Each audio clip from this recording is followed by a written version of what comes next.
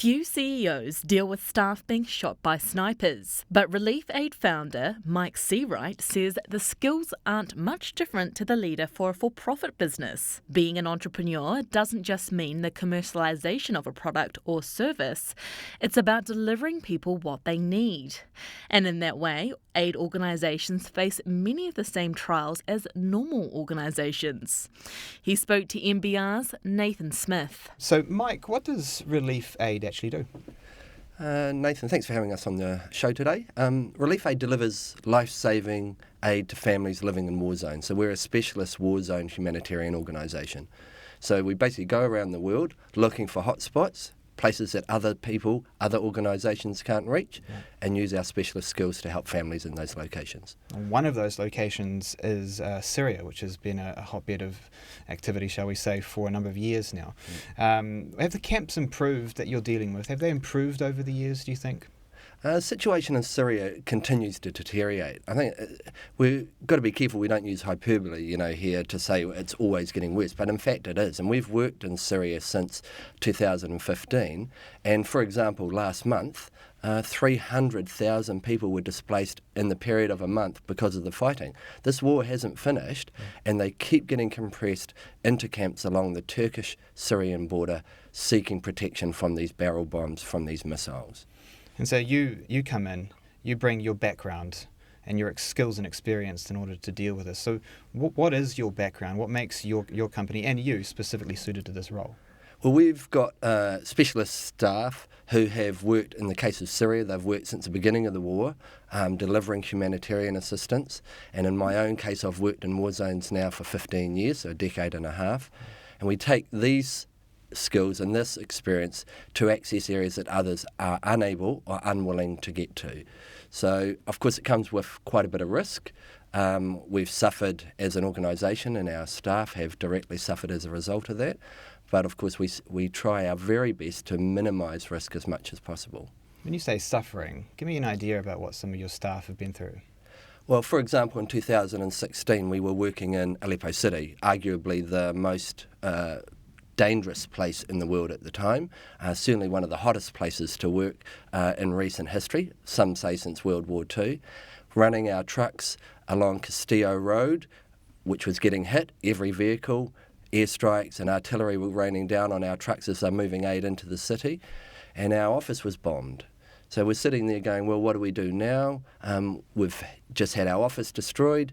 We pick up and we move to a new office. Luckily, this you'd say unluckily if you were living in Aleppo, but there were lots of free buildings as a result of the destruction that's been rained down on the city. Now, we moved into this new neighbourhood. Unfortunately, that neighbourhood got hit in a gas attack, so you're kind of building a picture here of it's relatively dangerous to work in this location. And then installing our comms equipment on the office, the new office, 2 of our staff got shot and killed by snipers. So this, we minimise risk as much as we can. We do lots of things to do that. There's technical and practical ways to minimise the risk to staff and to our infrastructure. But, of course, we realise the very worst at this point. So a lot of other companies might be watching this and think, boy, I'm dealing with turnover problems. I lost some goods on the way to the port. My staff aren't getting shot by snipers. How do you manage the morale in a company where that's a reality? I think the first most important question, and I would equally apply this in the context of New Zealand, is you need to connect your staff with the problem. If they see what they're doing, be it data entry, be it sales, revenue generation, or physical delivery of the product, then they'll understand what's going on, they'll understand what the impact on the people is. So, for example, when we lost the 2 staff members in Aleppo, I had a meeting with the team and said, look, this is not business as usual. We talk about security every day and we keep asking ourselves, should we continue? But I said, today is different. We've had the very worst that happens. So we're going to sit here and we're going to have a meeting about what we're going to do in the future. What did they do? They ignored me. Right. They went to the funeral the next day and they went back to work the day after. Why? Because they're connected with what we're doing. And if you do that in the context of New Zealand, including our New Zealand staff and businesses in New Zealand, then you'll get a greater level of buy-in to your business. At least that's what we've found. So it's about including some sort of a philosophy or a big picture into what you do on a daily. So I wonder then, what sort of skills as a leader of that separates a for-profit company from a non-profit company in terms of achieving that goal? Well, I'm not sure there's a huge amount of difference between not-for-profit and for-profit. I would say, at least in my own skill set, that I'm not a very good manager. Yeah, I have no interest in performance appraisals, administrative work. Of course, you have to do some of this. You can't run a business without the infrastructure and the admin behind it. But the key to running an organisation, to starting a business such as a profit or not-for-profit, is you need to lead. And to lead, you have to share your vision. You have to communicate with the team, connecting them with the problem, understanding what the different problems of the business are and how they can help to overcome those barriers and those challenges, and then continue to lead from the front.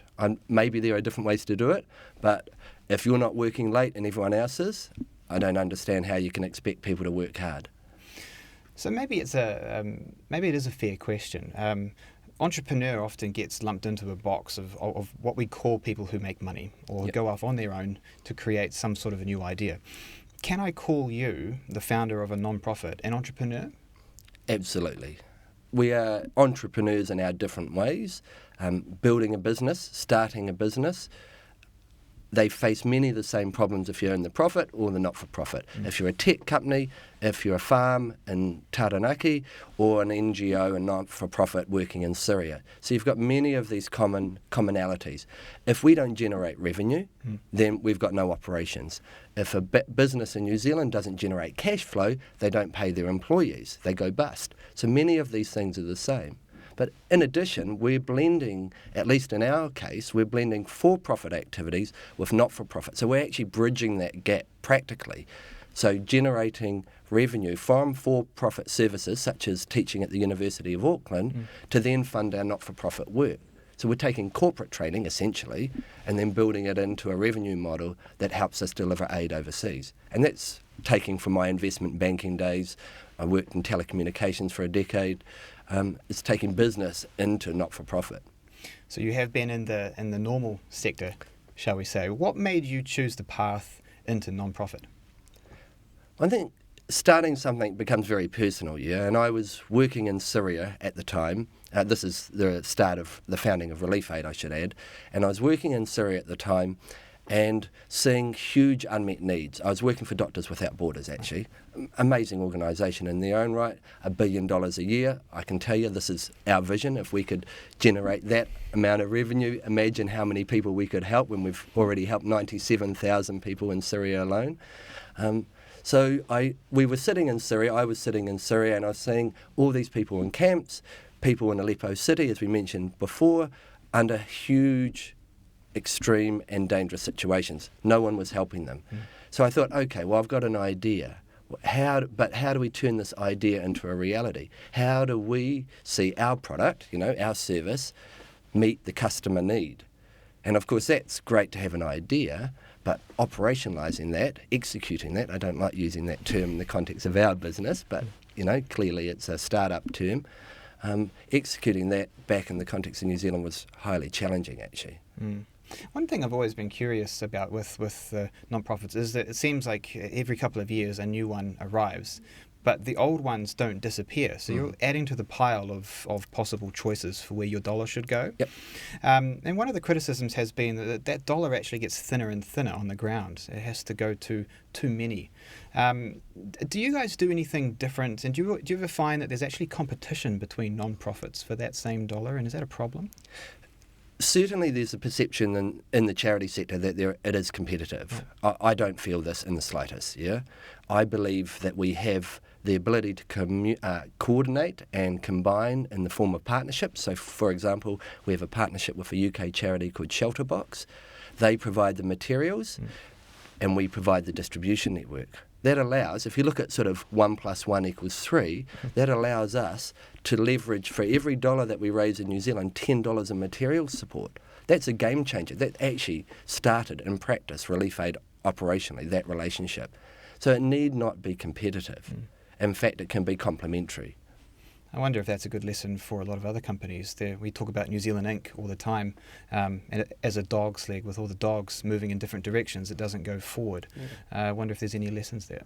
Well, we have commercial and non-commercial partnerships, and all of these things, these relationships, I should say, they leverage each other. So, for example, the University of Auckland, we have the lowest overhead of any charity in our sector, so we run between 1% and 3% overheads per annum. This is unparalleled in the charity sector, so this, I would say, sets us apart. But how do we do that?